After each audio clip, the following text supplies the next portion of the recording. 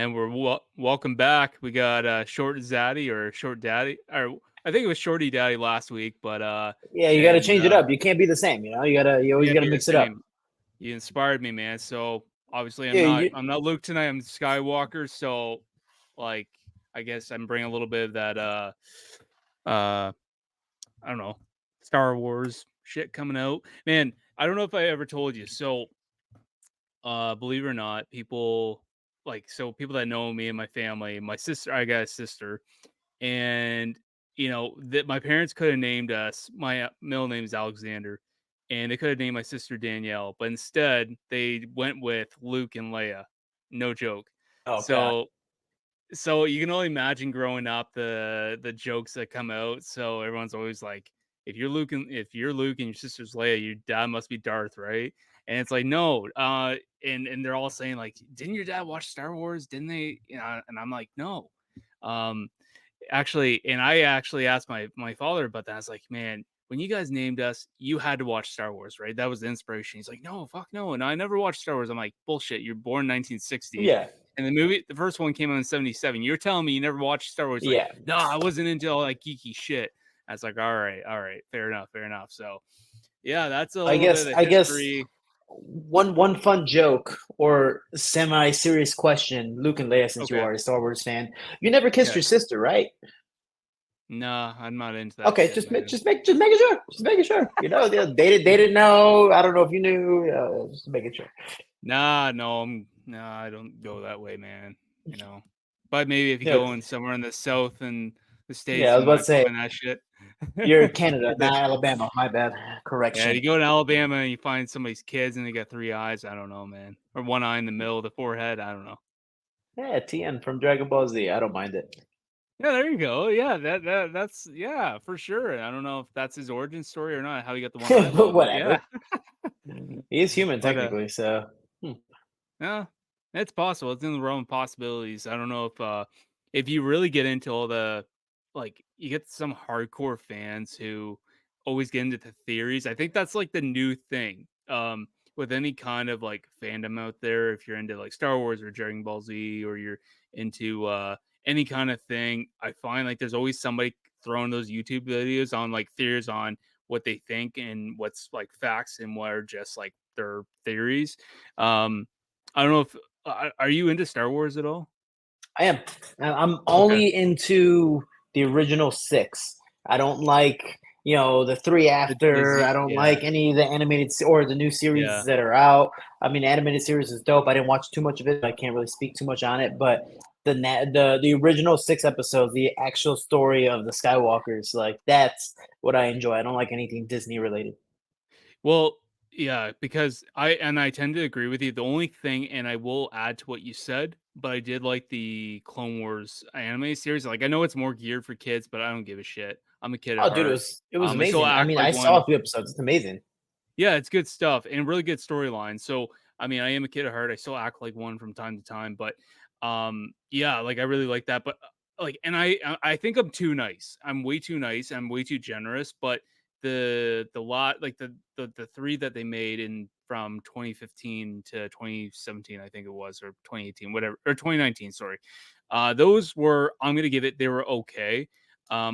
Mainly because Disney fucking destroys everything they touch. Unfortunately, like, hey, I want to take my future kids to Disney World, the whole 9 yards, but Disney really destroys a lot now with getting into Mhm. politics and what's politically correct and what they need to do to like fill in. I don't know, man. I'm not gonna boast about all that stuff, Yeah, but that's yeah, a whole they different thing. Star Wars, Marvel, and it just keeps on going. yeah, You're like, yeah, ah, and they do. But for myself, yeah, like I'm love everything about Star Wars. But yeah, like if you go, there's like guy and it's called Star Wars Theory on YouTube, and this mhm, guy is like the biggest Star Wars channel on YouTube. I mean, he's met like I don't think he's met George Lucas, but met like Hayden Christensen, who Shadow. He's Canadian. He actually has a farm that's like 3 hours away from me.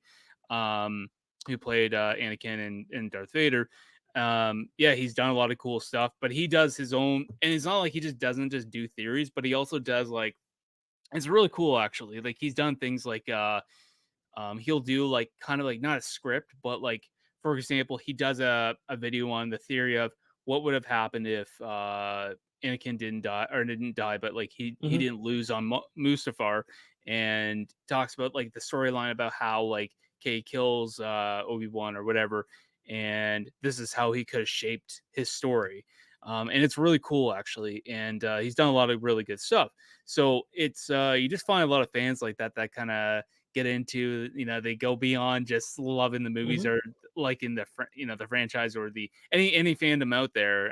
Like I said, shout out to Dragon Ball Z.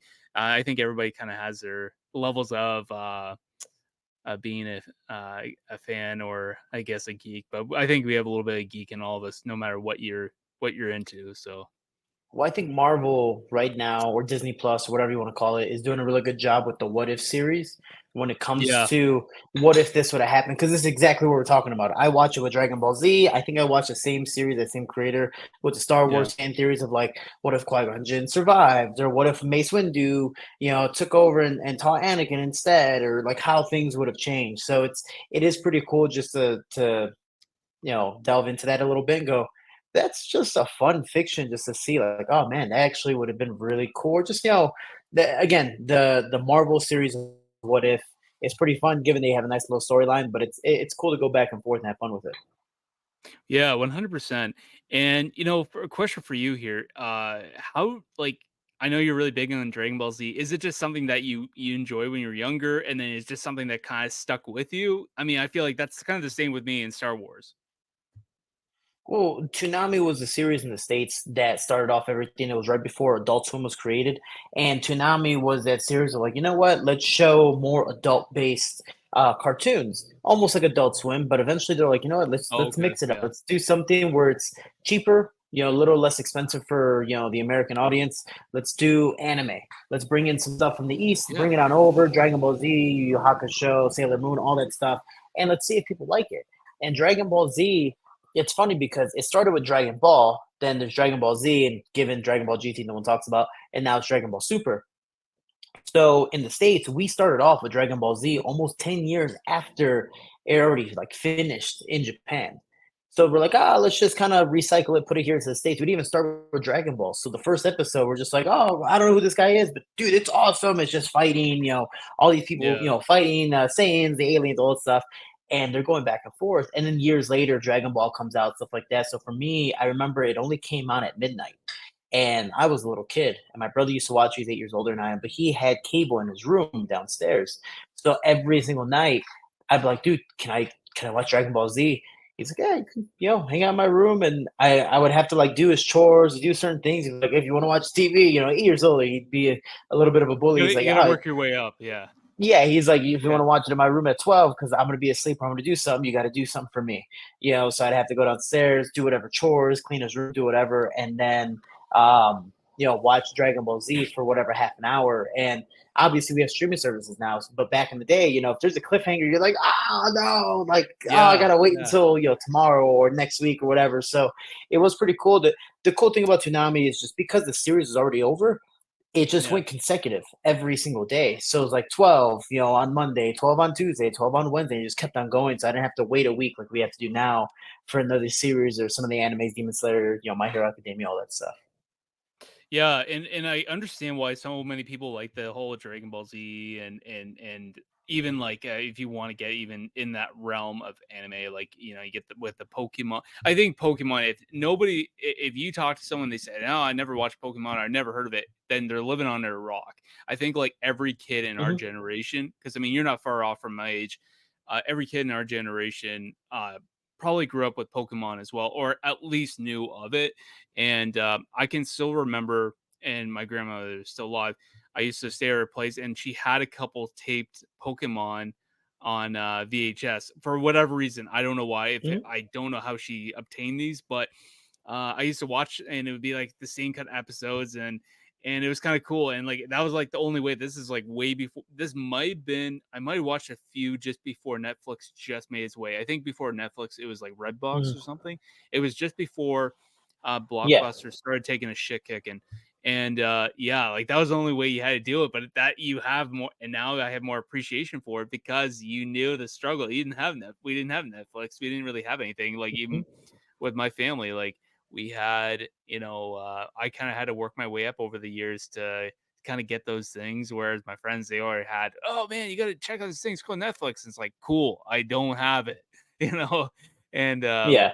yeah, it's really good stuff, man. And I like the fact that like all the animes, they kind of have the same animation. So you kind of know what to expect. And you don't have to like, um, now, obviously, every story is different, but because all the animations are kind of looking the same, it's not a hard transition to get kind of go in and be like, "Whoa, what kind of animation is this? This is looking so weird."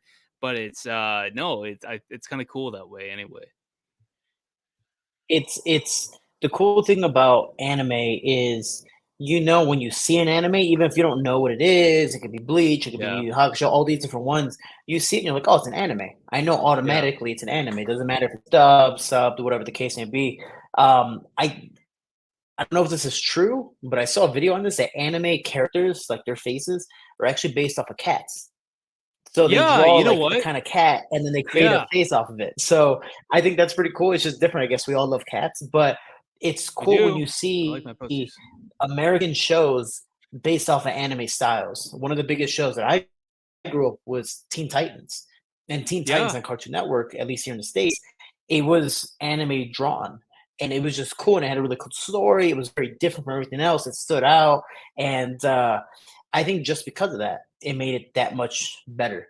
Um, but the anime styles and just even the Japanese influence of just having fun with the theme song or whatever the case may be, it's fun, man. So I say, especially as an adult now, given I grew up with a lot of animated stuff, those are my role models. Those are like what kept me like positive, if you want to say. But animes, to me, the big difference, the reason why I like animes over cartoons for the most part, is cartoons are just fun. They're not really trying to teach you stuff, unless you're watching, youth yeah, programs, like really, really young programs. But yeah. cartoons are just having fun. And then Eddie, you're learning to scam people and have, a great time. Courage the Cowardly Dog was like the first, scary show where you're like, oh, that's just cool. It's just different stories every single day compared to anime. It had a story and everything was based off of something. Like I think Teen Titans based an episode off of racism, but they played it off of aliens versus like racist towards each other. Um, Man, you have just so many different types of topics in anime that can be a lot more adult because technically they are teenage to adult based shows. They're just, Yeah. animated. So I think you swallow your pride and just go, screw it. I'll watch it. Give it 3 to 5 episodes. What was that? An hour and a half to 2.5 hours of your day? Screw it. I'll try it out, check it out, and see if I Yeah. like it. And dude, look how much anime is blown up across the world. And now you have a whole streaming service based off of just anime, not just Crunchyroll, but Netflix has a whole anime section. Hulu has a whole anime section. Yeah. All these different series. So it is a really really cool thing to see how well. I mean, look at if you. I mean, I haven't been to Japan, but you look at Japan. They have like a whole Pokemon world. They have a whole Digimon world. They have a Oh, it's whole insane. Dragon Ball Z day. They have One Piece and this and that. So everything's real cool, man. Yu-Gi-Oh, all that stuff. Like, look how much they took things by storm. Pokemon was. I mean, Pokemon's been around 20, 30 years. Yu-Gi-Oh, the cards are still going on sale and playing for really high numbers. Um, Digimon is now making a return after 20 years. All these Fuck different series are just Digimon. having a lot of fun. I love Digimon. Digimon was my thing. My dog is named Oh man, I Agumon. can't stand Digimon. That's one anime I do not respect, but that's fair. That's fair. But see, that's the funny thing is, some people that literally like me. This is a controversial thing or a hot topic. Is I don't like Attack on Titan. Never got into it. I never got Yeah. into it.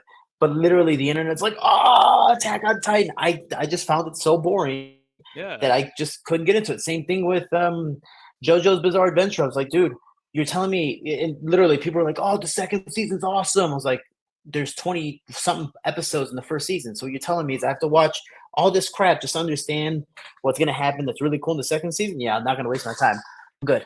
Yeah. So it's again, there's some people that look at Star Wars. Some people love Star Wars, and they're just like, you know what? I prefer Star Trek. Yeah, and that's another big one that, people kind of fight over is what's better, Star Trek, Star Wars, whatever. You know what though, speaking about anime, one really cool thing that I still think about is, and I don't know if you ever seen the movie Kill Bill, or Uh-huh. there's two, there's volume 1, volume 2. That's probably one of the best, one of my in my top 20 favorite movies. Like if I had to combine them together as one movie. Technically, it would be one movie.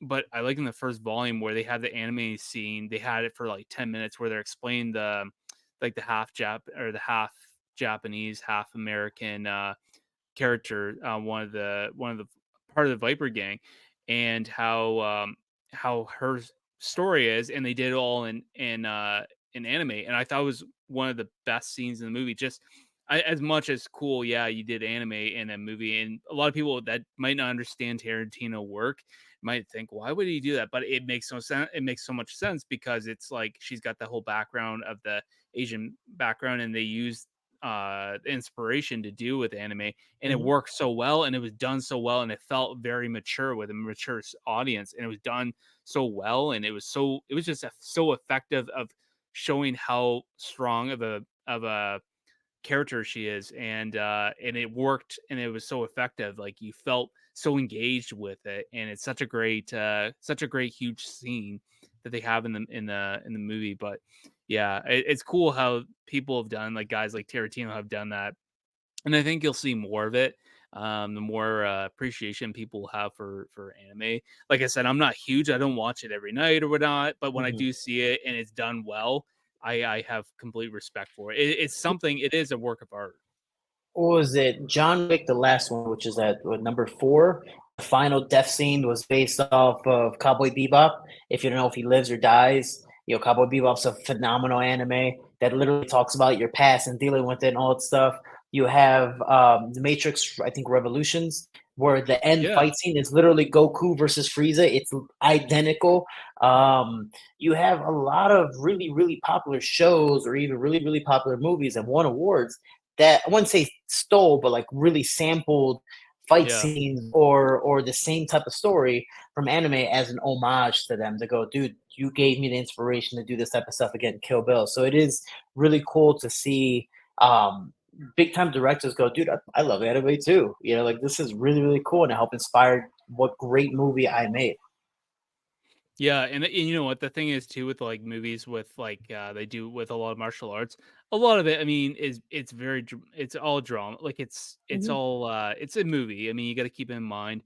And as much as I have the passion for watching real fighting and what people, real consequences, real actions, what happens in a fight or in a cage in the sports, I do like watching some of the fights that are actually worthy of being entertaining, and even if it seems like it's some kind of made up kung fu whatever, it's still really cool. But you're Hmm. starting to see, and I think I brought this up maybe when we had Josh Augustine on about a lot of movies coming out. Like I know they got the one with Mark Kerr, with Dwayne Johnson portraying him, but it's really cool how they're gearing more, trying to make the fighting more realistic. And I think because the MMA world's become so big, they've done a really good job with um taking inspiration from BJJ. Like I know John Wick, BJJ 101 in that movie. Like you Hmm. see a lot of scenes where he takes like I don't know, I can't think of like how he takes someone down, but Oh yeah, BJJ and judo. he might do a yeah he might do a lot of judo. I know he's done a lot of judo throws. Um, and then whether he's putting them into an arm bar like from the side, or just in general, like Yeah, there's sweeping them and stuff a like lot of he does a lot of stuff. sweeping. Yeah, That's also and why it's like John Wick got so popular. yeah, because a lot of people like seeing that stuff, because MMA has become so popular, and because it's so popular, people see it and they are entertained seeing something different, not just two guys punching at each other and taking clean hits, taking 50 clean hits, and they're all cut up, but they're still having so much stamina. Like, cool, yeah, Mhm, all right, cool, it is cool. Like, but in the realm of being more realistic, John Wick, like you're not just seeing him just kicking ass as much as he has those scenes where he's like shooting everyone. Once in a while he'll fight someone stabs him and he's like, okay, shit, like, and he's like holding it and mhm, he's still trying to fight. Yeah, like, and that's why I always like the John Wick movies. And also Keanu Reeves, like he took some legit BJJ, so mhm. and he's had to do a lot of good training, and I think that's awesome. Like I love to see more actors, or like actors that are doing action, get in that realm of doing it. And even if it doesn't go into the movie, it's just nice for them to learn and they can apply that. So they're not relying on stuntmen. It's awesome. I It's like seeing it. I mean, well, this is why. the original guys from the East, Jet Li, Bruce Lee, Jackie Chan, Donnie Yen, and so many more got so popular because it wasn't like Marvel fight scenes. They weren't like close cut where you just see a punch and then I don't know where some guys in the ground. Like you see the whole body, you see the whole Yeah. body mechanics, the movement, stuff like that. And you're like, wow, this guy's really acrobatic. I mean, that's why Tony Jaw blew up when he was doing like Ong Bak films, jumping off of elephants and doing. It's like, oh my gosh, this guy can do the splits. He can do backflips. Yeah. He's doing crazy stuff, and that's also why Jackie Chan got so popular here in the States when he finally made his debut. He was already popular in the East.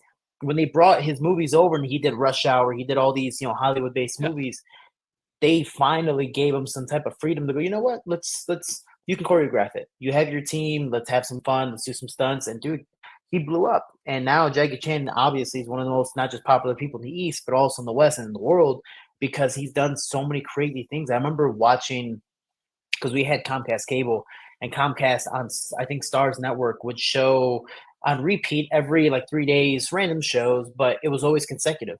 So I knew they were on, and one was a Jackie Chan series, like an hour and a half, just showing how he did some of his stunts. Because me, I wanted to do movies, I wanted to be an actor, I wanted to do choreography. And in Chicago, I remember working with Columbia University and the Art Institute of Chicago of choreographing films because of what I watched, watching Jackie Chan of showing like how he made a makeshift chair when somebody was going to hit him with a chair, how it would break apart when it hits him and it doesn't hurt him that much. Or when he'd fall on a ton of boxes because it was cheap and affordable compared to all these cushions that were so expensive, and how to take blows and how to take hits. So Yeah. it was really, really cool. And I mean, even for me, Jackie Chan was just a huge inspiration because it was fun, and every movie he was a good guy, like, no, I don't want to fight. And I don't know, where he's beating everyone's ass. And it was just, it's a cool thing to see people actually fight compared to, Yeah. again, like you're saying, actors that don't know how to fight, they got a big name, but and that's why the John Wick films are so popular compared to the rest of the films that have really popular actors. But when it comes to the martial arts, it's a lot of quick cut scenes, and even though it sounds cool, it might kind of semi look cool depending on the appearance. Dude, we want to Hmm. see action, especially if you're an athlete or a fighter or even just a guy. You're like, dude, this is awesome. And even for the women who are even into martial arts, like, damn, that's impressive. That's admirable to see him do some stuff like that because I can't even possibly do that. So it Yeah. is really, really cool. And we'll see if there's John Wick 5. Yeah. I don't know. I know they're doing a spinoff, and I'm highly against it, but yeah, it is what it When you is. make when you make money like that, it's like every company's like, we gotta milk this as much as we can Got until we can't. Oh my god. Yeah, they milk it right into the ground. But yeah, my dad was telling me a story. So when Bruce Lee was the shit in the 70s, I think it was Enter the Dragon 73. And he remember I think my dad went to see it in theaters, and after everyone watches it, and when you see, a fight guy like that, like a karate guy like that, whooping everybody's ass. And watch him how he's kicking so high, he's kicking like flower pots, and they're hanging flower pots, and he's doing all this crazy shit. And I think the one where he fought Jesus, I'm gonna feel so bad that I'm forgetting his name. But he fought him in the Coliseum. It was like the part where they have Yeah, like Chuck the Norris. Chuck Norris, yes. Oh, Jesus, Chuck Norris. So I think the part where they get the cat like meow, and then they start fighting, they go crazy, and then he like obviously kills the guy. But after the movie, everyone's watching, everyone's trying to like trying to recreate his kicks and all that.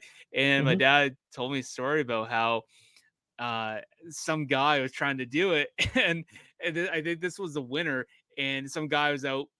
This might have been a couple years later in the 70s, with some guy, he'd been drinking a little bit, and it was winter time, and obviously it's Canada, right? And it's winter, and it was slippery, and the guy's trying to throw these kicks, so he's like trying to show off these chicks or whatnot. And the guy's trying to kick so high, and my dad's sitting out there talking with somebody, and the guy says, "Yeah, you watch it, watch. He's gonna make a fool of himself." And the guy tried to kick so high, just beyond his range of motion, and he slipped on some ice and fell and knocked the back of his head, knocked himself out, and he's Hmm. just laying there, no one's helping him, and yeah, it's crazy like what people do. Like, and I feel like that's like kind of like with the MMA events that goes on. And you get a lot of drunk fans, and you want to watch a bunch of people, you know, hit each other, and you see the blood spurting, and get people fueled up, and you just get fights in the crowd. Or you see people like, yeah, I could do that, and they try to Yeah. do it at home, and somebody gets hurt, and because they don't do it right, or they want to do Well, like they want to throw like rear naked choke on their little brother or something. Next thing you know, the guy's like passed out for 5 minutes. Like it's yeah, it's crazy like what people do when they see shit like that. It's a couple of things. So Bruce Lee was so inspirational. Like I mean, he started Jackie Chan when Jackie Chan was doing stunts. He's actually in one of his movies, Enter the Dragon. Return of the Dragon is my favorite with Chuck Norris. And I remember when I went to the Coliseum in Rome, I was like, "Yo, I know obviously it was a fake Coliseum and just a painting wall and stuff like that, but I was like, damn, I'm here where Chuck Norris and Bruce Lee fought. It's so cool. And I remember my dad was the one that showed me everything. And one day I came home with nunchucks because every when you saw Bruce Lee, you're like, dude, I gotta learn nunchucks. You look at Nick Diaz, I don't know where you give him some nunchucks. He's just like, having fun. And I Yeah, remember I bought a pair of nunchucks and they have the foam on it. So if I hit myself, I should be fine. And my yeah, dad's like, oh, again, my dad was a gangster. So he's just like, oh, let me see him. Like, Dad, don't hurt yourself. All that stuff. I'm like 10 years old. And he goes, oh, and he just starts doing it. I'm like, what the fuck? Like, dude, I can't do that. Why are you so good? Like, you never did karate or martial arts, all that stuff. And he's just like, dude, when Bruce Lee came out, everyone made nunchucks. We just somehow like made makeshift nunchucks, found a little piece of rope, connected on two like little poles, and we just started, doing whatever because everyone wanted to be like Bruce Lee. He was so inspirational. yeah, Two, he made Chuck Norris's career. Chuck Norris is already a world champion, but he got him into acting, and that was kind of like his big acting debut. If it weren't for Bruce Lee, probably wouldn't have done. I forgot the show that he was on that lasted for years that made him so. It's like the something Walker or what I don't know, but he was so popular yeah. I'm on not that sure. show, and that's why Chuck Norris became so popular, and all these jokes came out. And then there's the joke that's like, "Why isn't there any jokes about Bruce Lee?" It's because he's no joke, and it's like, dude, he was so serious. But when you have the people who want to do all these things that don't know how to fight, again, we all want things we can't have. And I believe Joe Rogan said this on his podcast. The people who know how to fight don't want to fight because we know the consequences that come with it. Whether I get hurt, you get hurt, my body, all that stuff, there's consequences compared to people who don't know how to fight are usually the people who want to fight the most. And that's why you see fights in the crowd. You see drunk people doing whatever at bars. Like it is a really, really weird thing. But I don't know if you ever seen that meme where it's this like white blonde girl sitting there and she's just like you can tell she's fed up. She's just like looking, and Yeah, her boyfriend is on the couch on the other side trying to armbar some guy. And they're just like watching UFC fights, and they're just going. She's just like, it's just like when your boyfriend thinks he does MMA, all that stuff, and it's just yeah. like most people are inspired by that stuff, and it's cool. But that's also, I think, in general, no matter if you want to fight or not, take this as a hobby because you should Yeah, automatically, no matter, again, you never know what the hell's going to happen. We talked about cartel, a couple episodes ago. It's like you never know what's going to happen. So yeah. just in case, especially if you're small or if you're a female, whatever the case may be, like make sure you know how to defend yourself, or even as a And man, and make and, sure you know how and to not just defend that. yourself so you can protect people. And pick your fights too. I hate when people let the pride get the best of them. Like, I get it. There might be some guy that's bigger than you and you want to be brave. And hey, respect to people that pick a fight with someone bigger than them and they got the guts to fight. But at the end of the day, this is the streets, man. There's no rules. There's no ref to stop you. There's no ref to stop the Well, guy that keep pounding you when you're knocked down on the fucking pavement. Like so two stories on that, and they're both dark. there we So go. all because of my dad. But This better not be another cartel of a story. kind of, sort of, maybe not really, Okay. but gangs involved. So my dad, It's obviously kind of a gang bullshit. leader at a time. Yeah, my dad, a gang leader at a time. He raised me as a leader. Because he was a leader. So he goes, man, I moved up in the ranks. I want to teach you my ways, and I want to teach you how to be smart. If you can avoid a fight and you can beat somebody with words, this is the best way possible. Obviously, if you got to do what you got to do, then do it. But if you ever get into a street fight, my middle name's Angel. He go, Angel. If you ever get into a street fight, you have no rules. This isn't a karate match. This isn't an MMA fight. This isn't wrestling. Like people are trying to hurt you. So if there is a weapon, you hit them with that weapon. If there's something like you can groin shot, you can eye gouge, you can spit on someone's face, you can throw sand. I don't care. I want you to survive. And that's how my dad saw like street fights because Yeah. my dad would fight a lot in the streets. He goes, dude, we're trying to like beat people up so you don't at all get hurt. Anyways, so I've never been into a street fight for that reason because I've always been so afraid that I'm gonna let my emotions out. Like, oh my gosh, I'm fighting to live, and that's a whole different type of fight compared to MMA. You get dropped or whatever the case may be. Hey, there's a ref to stop it. I'm fine, or I have some type of protection. But when it comes to, shout out to my brother. When it comes to street fights, dude, you never know what could happen. Like my brother was hit in the head with a bat before he technically died, got Shit. resuscitated. Years later, he got stabbed. I believe it was 17 times in a Fuck. street fight. He was actually beating up these four guys, try to bully people, and my brother's like, "Ah, fuck them. I'll beat them all up." And he's doing really well. And some guys like, "Yeah, no, fuck this guy," and he just pulls out a knife and just starts attacking my brother. My brother was slashed and stabbed 17 times. So Shit. like where's fucking intestines came out. Like my brother is a warrior. The Prince of Bahrain calls him, like the legend because it's like, oh, the legend, see, he's still alive. My brother's like a cat. He's died multiple times, but for sure twice medically.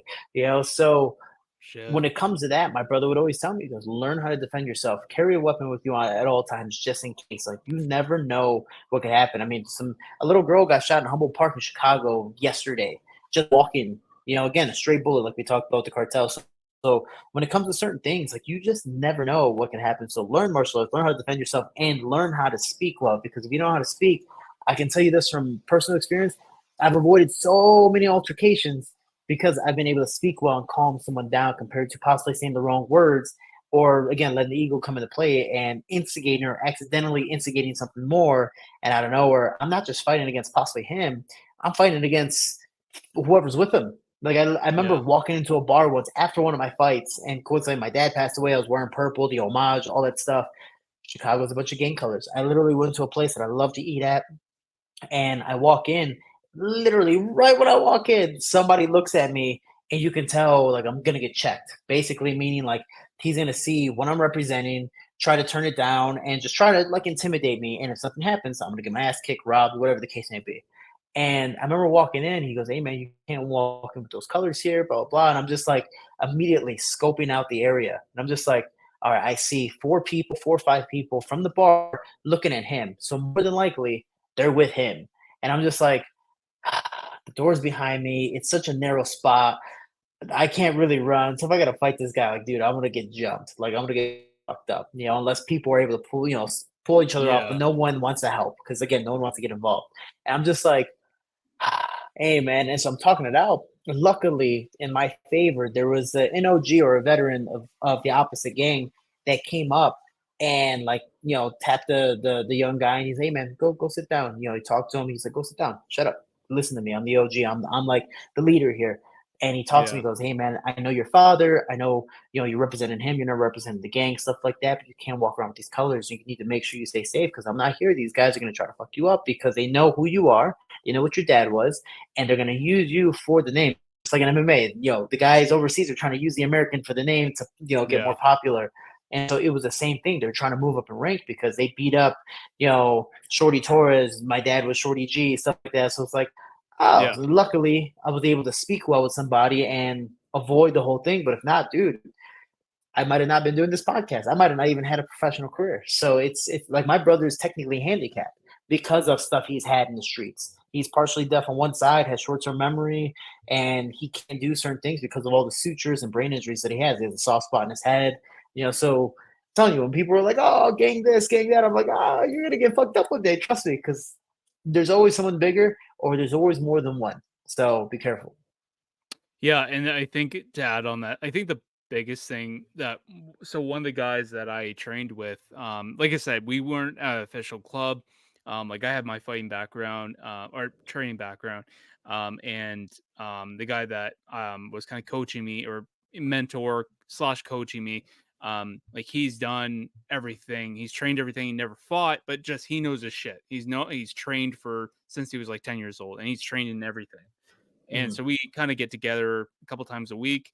And we did this for a lot of years. And then once COVID kind of came in, it kind of screwed everything up. And we tried to secretly meet up at Canada, you know, somewhat communist, getting into, you can't do this, you can't do that. So we couldn't get together. And then we kind of stopped. But when we were training consistently, we were just rolling for about 30, 40 minutes. And he just said something like, and he's talking about, you guys would never bring BJJ on a street fight, right? And we're like, well, I mean, if we had to like just control some of the ground, he's like, yeah, he's like, well, let me tell you a story. So he was telling me how there was a time where he was just somewhere downtown, I think, and I feel bad if I get the story wrong. I'm not always the best at like remembering and telling you word for word, but he's saying how yeah, he just had to deal with a couple of these guys are probably drunk, whatever. And so he knows I know how to fight. If I gotta defend myself, I know what to do. Well, he hip through one guy on his back, and the guy was like out of breath, so he was out of it. The second guy took him down and put him in a chokehold and just kind of kept him there and just like, hey, like you guys need to like I'm serious, you guys need to fuck off. Well, the other guy ran up and booted him in the face, and he's like, oh shit, like I'm in fucking trouble. So he just said, man, he's like, the biggest thing I can teach you guys is do not ever take a fight to the ground unless you know it's one on one and you got to Mhm. hold because fuck if he's got some buddies behind you, people don't fight with rules, man. Like people will, yeah, like you were saying, people will want to hurt you and people will do anything cheap. People don't fucking fight fair. Yeah. If life isn't fair, he's like, but he said, but the biggest thing, and what I learned from Shotokan was this is not for attacking. This is for strictly self defense, and it's all about respect for yourself and others. And that was probably the biggest thing I had to learn is you can't pick a fight with everybody as much as you want your ego up there and oh you don't want someone to show you up like that. Sometimes it's just best to walk away, and that's the biggest thing I had to learn. One, because I don't want to get hurt. I don't want to get hurt, but two, and I don't want to die. But second, man, I can't afford to get assault charges, man. I can't lose my job over that. Where I work, yeah, you get assault charges and you fucking lose your job, and it sucks. So yeah, because you can't. The job I work, you can't have a criminal record. You can't do anything like that. So yeah, that's It's probably the biggest thing I I'm I, I had to learn. But you know I'm what? trying to As think. Shotokan, I think, was aim to kill or like strike to kill was the basis of Shotokan karate, basically to end the situation as fast as possible. Like that's what Shotokan was technically based off yeah, of. very, I believe so. I very could be wrong. no, I think you're right. And but then again, every dojo, I think there's different styles. Like I know Oh, my for sure. original sensei taught me certain technique differently as my mentor Jay. He's taken over the class because Chris just I think he moved away, and I think Chris just got to the age he had enough, and Mhm, Jay took over, and Jay's a little bit more traditional and he's done things different. Like he does a lot of kumite kind of shit, and he's been teaching the kids and some of the adults like different stuff. And it's really cool what he's been bringing forward. He's got a lot of these students that aren't just wanting to just get a good workout and just learn a couple self defense. Like he's got this one kid and I went out to help out and help with some of their grade or not grading, but they were getting ready to grade. And he's like, "Hey, look, you want to come out for workout? And hey, like, come on out. You can watch some of the kids, kind of give me an idea what where they're standing." And this one kid, and it was kind of like not sparring. It was like kind of like a free spar, but you got to call it your attacks. And this kid was throwing heat, and this kid's maybe 12, maybe 11, mhm, 12. And this kid, I'll tell you, when this kid like puts on some muscle, this kid, he, you can tell he's not afraid. Whereas you see a lot of the kids are kind of like they mhm. cover up and they shrivel up. This kid's just throwing everything but the kitchen sink, and it's so cool to see some of these kids like. And this kid wanted to compete, and I think he just competed in Windsor, Ontario, last weekend, and I don't know how well he did, but it looked like he held himself in there, and he. It's great to see these kids like coming out of this new class, like wanting to compete and show off and do a lot of great things, and he's gonna do a lot of great things. His mom, I guess, went back in her day. She did like the contacts, like full contact. I don't know what it was. She might have been in Taekwondo, but yeah, she did a lot of good stuff there. And he just has that like it factor. Like he's not. I think the biggest thing he's not afraid, and because you see a lot of the kids, like I said, they shrivel up or Mhm. they don't like to get clean shots. Where unfortunately, me at 17, I didn't do anything but just getting like I was in the fire and I just threw everything and I got taught a lesson many times when I went for my black belt. But yeah, it's crazy. It's good to see these kids do it, and especially compared to when I was doing the class when I was younger. Yeah, like you saw like kids that I wanted to throw heat, but as soon as they got a really bad hit, they kind of kept them in check. And so it's good to really see these kids, have more of a passion. And I think it does help maybe with Jay's perspective of how he runs a class, and he maybe does things a little bit different and traditional. And I think he's trying to brand the class a little bit more too, because when I went, yeah, we had our group together, but didn't feel so much like it didn't feel like our dojo, or it didn't feel like our I don't know what you would give it another word, like our own little like it didn't feel like our own group. Just felt like, you come out and the kids come out and do their class, and then adults do their class, or like teenagers do their class, and that was it.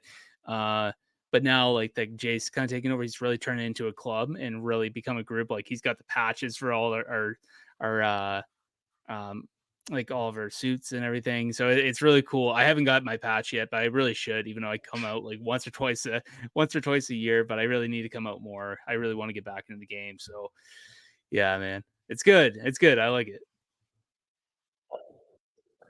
And it's crazy. When I was a kid, everyone fought. My dad was a fighter. He was a goon in the gang before he was a leader. Yeah. Um, and my brother took off after my dad. My brother was always fighting, and he would fight with my dad. And again, my brother didn't have the best childhood, so he really more learned how to defend himself. He was the rebel child. But growing up, to try to keep him off the streets, my mom actually did kung fu with him. So they went to do kung fu together. My mom is super athletic, but sadly, my grandfather never wanted her to do any sports. Like, she went to an all girls school. She was supposed to be the stereotypical Mexican woman, cook, clean, all that stuff. But Yeah. and again, nothing wrong with that. But she wanted to, be an athlete. She wanted to play basketball, softball, and as she became an adult and flew away, she did everything. Like, she played softball, she did kung fu, she helped me in karate, she did all these different things. And I'm like, yeah, I get all, like, my mom right now, I believe is 60, if not 61 question mark. She'll probably hate me for saying that. But she runs like 5 miles every day. Like, she's Oh, good still for her. active. And my mom's tiny. Like, I'm 5'4".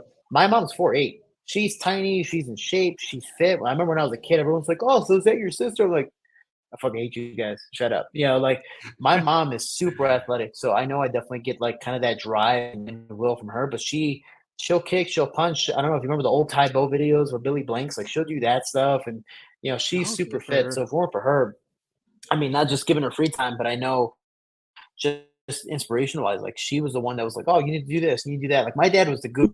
You need to brawl, you need to fight, you need to make stuff dirty. My mom's like, "All right, let's teach you how to fight. Let's take it to someone who's going to teach you how to fight and stuff like that." Yeah. So again, like, I really do believe, even if sports is not your thing, get into a community type of setting. Make it a Yeah. hobby. Learn how to defend yourself. Do something: baseball, football, martial arts, whatever the case may be. But learn something. At least learn the basics so you can say you accomplished some type of goal, even if you didn't want to, and go, cool. I know a little bit more of leadership or camaraderie, or how to follow rules, or how stay disciplined or responsible. Or what, dude? Martial arts taught me so much stuff. For me, if it weren't for martial arts, I wouldn't have gone to college. Hell, I don't even think I would have finished high school, because I would have just stayed in the streets and done jackass shit with my jackass friends, and I still love them to death. But some of those jackass friends are still doing petty stuff. And I'm like, ah, So I was like, dude, we're 31, about to be 32 this year. Come on, man. So it's Yeah. it's a crazy thing, but I can tell you, martial arts, because of my family and their inspiration, like, I wouldn't have pursued stuff like that. That was actually one of my questions for Sunday Question Day. Somebody asked, "How does it feel to prove all the doubters wrong?" The people who said you wouldn't be champion or you couldn't be an MMA fighter. I was like, coincidentally, no one ever told me that. Like, no one has ever told me I couldn't do anything. Luckily, I've had. I think especially in the hood, where you are the youngin compared to all these people, and you're trying to be like them. They're like, dude, we don't want you to be like us. Like, we want you to be better. Like, you can do this. Yeah. Even if they believe their lies, they're trying to inspire you. They're like, dude, we want you to do this. Whatever you want to do, go do it. You want to learn how to fight, go be a fighter. And luckily, like, again, I had the positive role models. Coincidentally, I just never had someone that told me I couldn't do it. They're like, "You want to be champion? Go be a champion." Like, but it's you. We're here to help motivate you, inspire you, but we can hold your hand as much as you want. But again, we can Hmm. force you to water, but we can't force you to drink.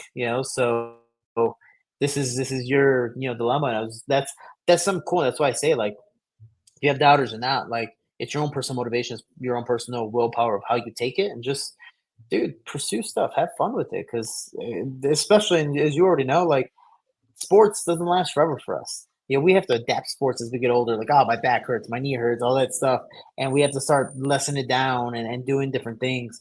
But enjoy the stuff while you can, because when you can't do it, especially in your 20s, and you're already out of shape or whatever because there's no PE Yeah. class after school. It's like, dude, you got to do something to stay active and keep your mind happy. Because if you don't create some type of goals, that you're going through life every single day doing the same shit, and that gets so boring and unmotivating that you just hate life, and it sucks. Yeah, and, yeah, it's that's a really good way to look at it, and, I mean, like, because when you said that, coincidentally, you don't really have anybody that doubted you like that. It's funny, like, it's kind of almost like a cliche that almost when every fighter gets interviewed, it's almost like that's the same thing, like, "Yeah, everyone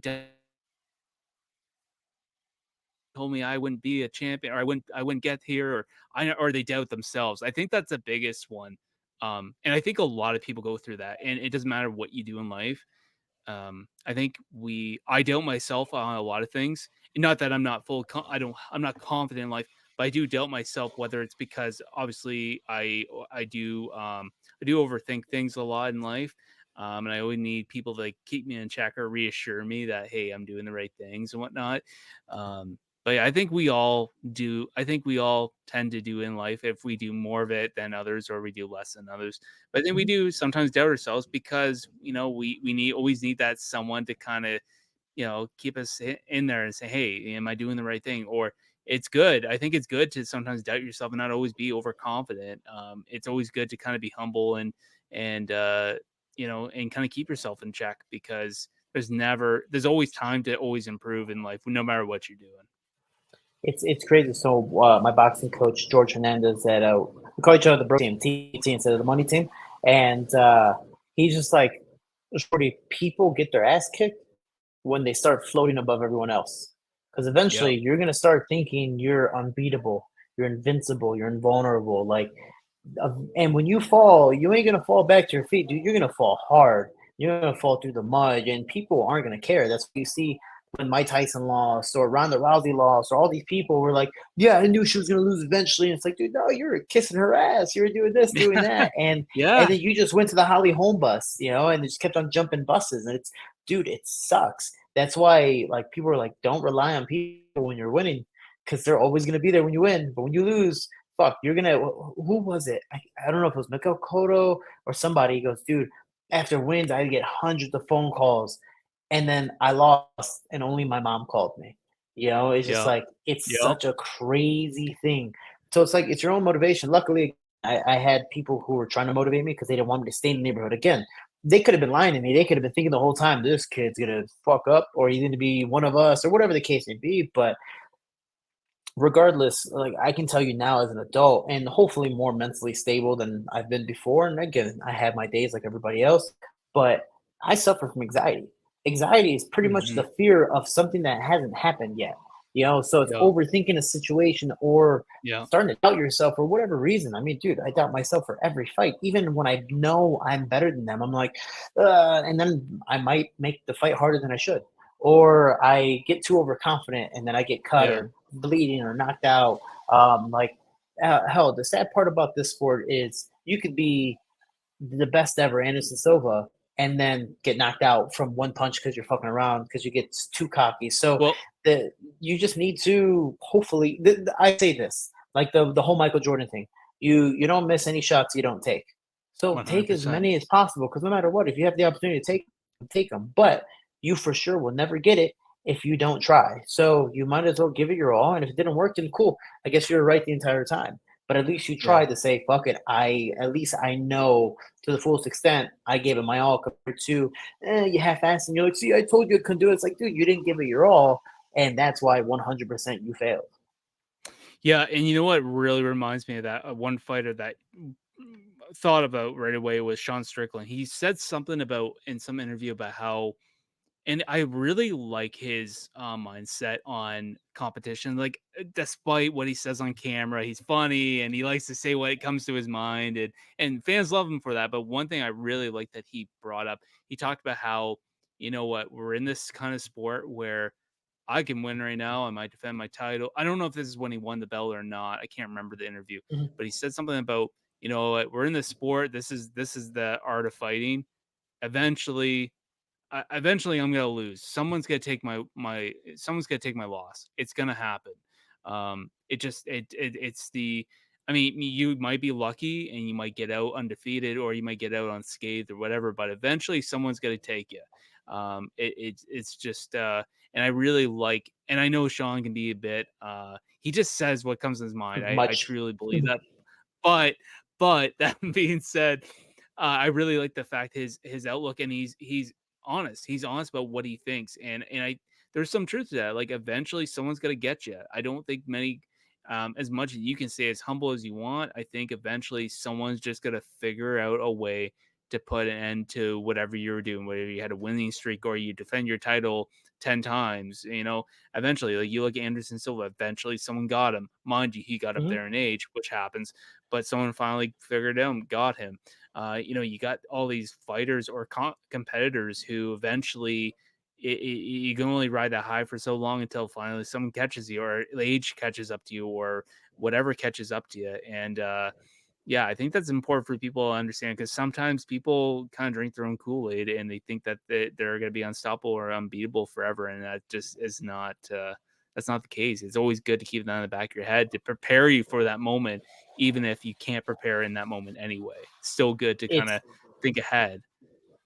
Well, look at Mike Tyson. Mike Tyson talked Yeah, about you should study the greatest leaders of war because it's the same yeah, exact thing. You're fighting. Obviously, it's a whole. You have other people involved, but you look at Alexander the Great, Genghis Khan, Napoleon. Napoleon, dude, he was yeah, conquering everybody. Like who thought France would conquer everyone?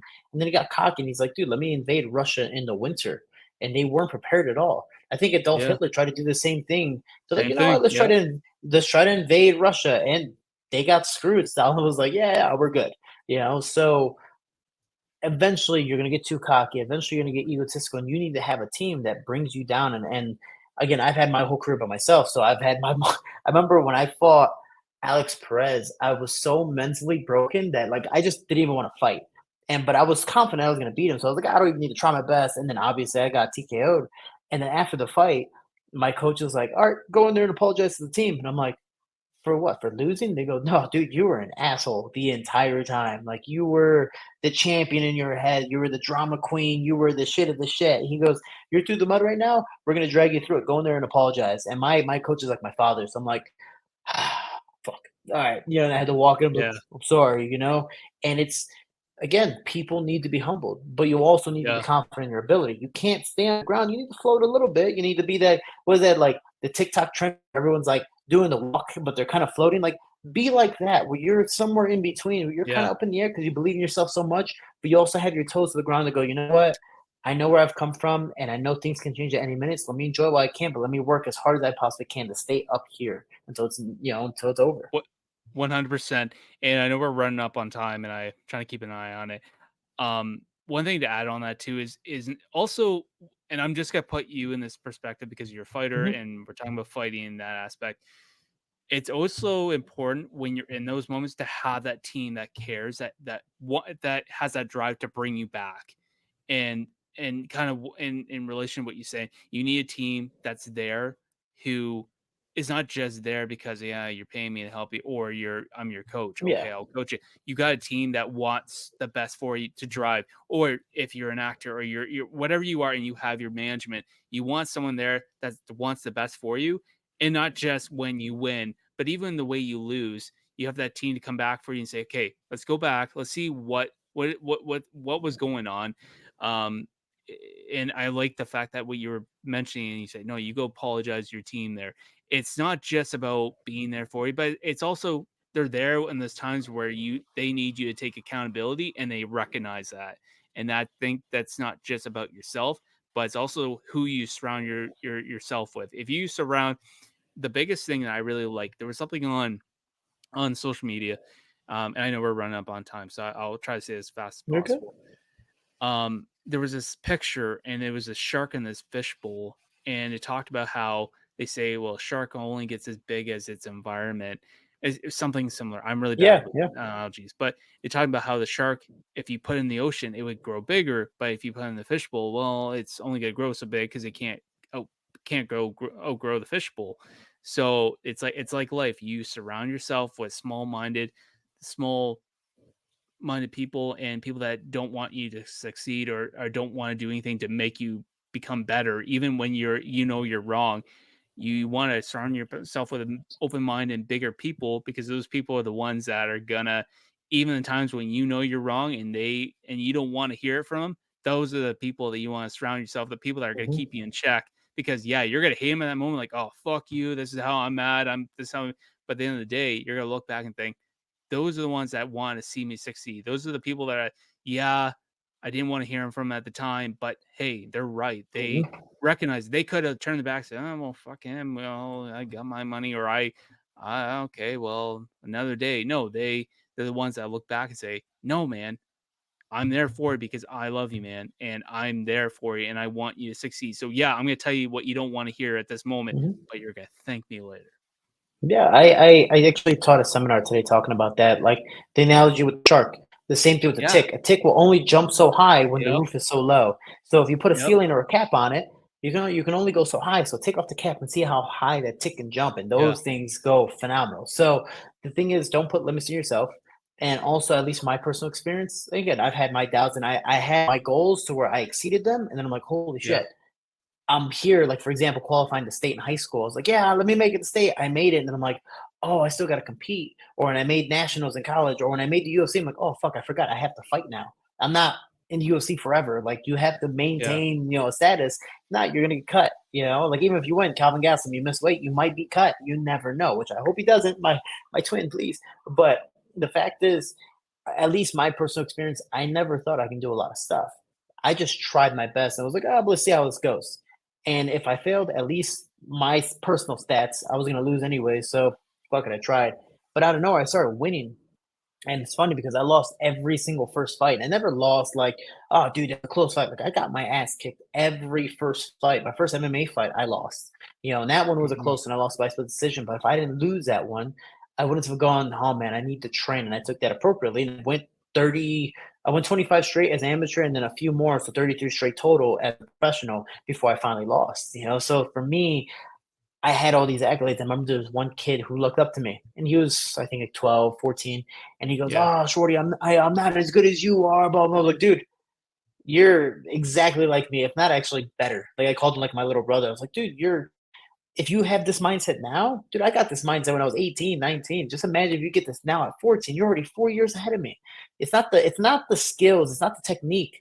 Eventually you're gonna learn the skills to beat the technique because the talented people are like, I'm good. I'm better than these guys. I can kind of slack off a little bit. Skills are Yeah. what's gonna pay the bills. But it's this that makes all that go around. Again, Max Holloway says, like, we're all the same skillfully in the UFC or up at that level, but it's here doesn't Yeah. matter how good you are. It's can you use it? Can you play this chess match? Who's the smarter one? Again, Mike Tyson Yeah. has the quote: "Everyone has game plans until they get punched in the mouth." How are you going to react when you get punched in the mouth? Are you going to just take Yeah. those punches and finally get knocked out, or are you going to be like, "Oh, dude, I can't take that shit anymore. I got to adapt and swallow my ego and do certain things." So Yeah. it's a process. But again, closed mouth don't get fed. So if you don't try, dude, you 100% will never. So you might as well try, give it your all, and if you failed, hey, you were right. But if you don't, and you somehow end up where I'm at, or you're hopefully 2.0, 3.0, 10 times taller, that'd be great. Dude, good for you. You actually accomplished what you wanted to do. So why not try? And hopefully you can have the mindset and you're gonna have doubts. That's natural. That happens every single day, but who cares? Try and go from there and just have fun with it. Because again, once it's over, it's over. Preach, brother. Preach. Yeah, no, I love it, man. I Yeah. love it. Yeah, throw your Also, hands I up just at want the to end. This I just want to say I love the X-Men shirt. Um, and I would love to see a crossover with Stitch in the X-Men, but that's just me let's saying fucking that. go. Let's And fucking so go. I got the same underwear. You want to see it? No. Hey, we'll do that off camera, right, folks? Yeah. Okay. Cool. But anyway, man, I was saying we are running up on time here, and I know you got to leave for Vegas tomorrow. So, man, it's always a pleasure. Always, oh man, and an hour's never enough, man. And man, like it's always a pleasure chatting with you. It's always a pleasure having you on, brother. And we're always learning things from each other every time. But yeah, so I know we were talking. earlier, for people that don't know, we will be having possibly another fighter on for next episode. We're still in the talks, so we're not giving you anything. You're the guys. This fighter's just gonna show up, and you guys are gonna get what you get. So tune in for the Hopefully, next you know their episode. name. And No, no, but no, well, we're definitely in the works of getting someone on. So for people that don't know, you can find this. You'll find this episode on the MMA on Hinge YouTube, and please find us on Instagram there at Small Thoughts with Shorty Torres on Instagram, and you can find our episodes always on MMA on Hinge YouTube, like I said. So thanks for watching, everyone, and Shorty, like I said, again, pleasure, man. Always the best. And if I don't talk to you later, good luck with your flight, and get over there safe. And we're going to talk again soon, man. Oh, I appreciate it, man. I can't wait until next time. And what is it, episode 6? We're on Episode 6. 6. We're going. Lucky number 7. Have another guest. Let's get it. Let's have some fun. And I can't wait until next time.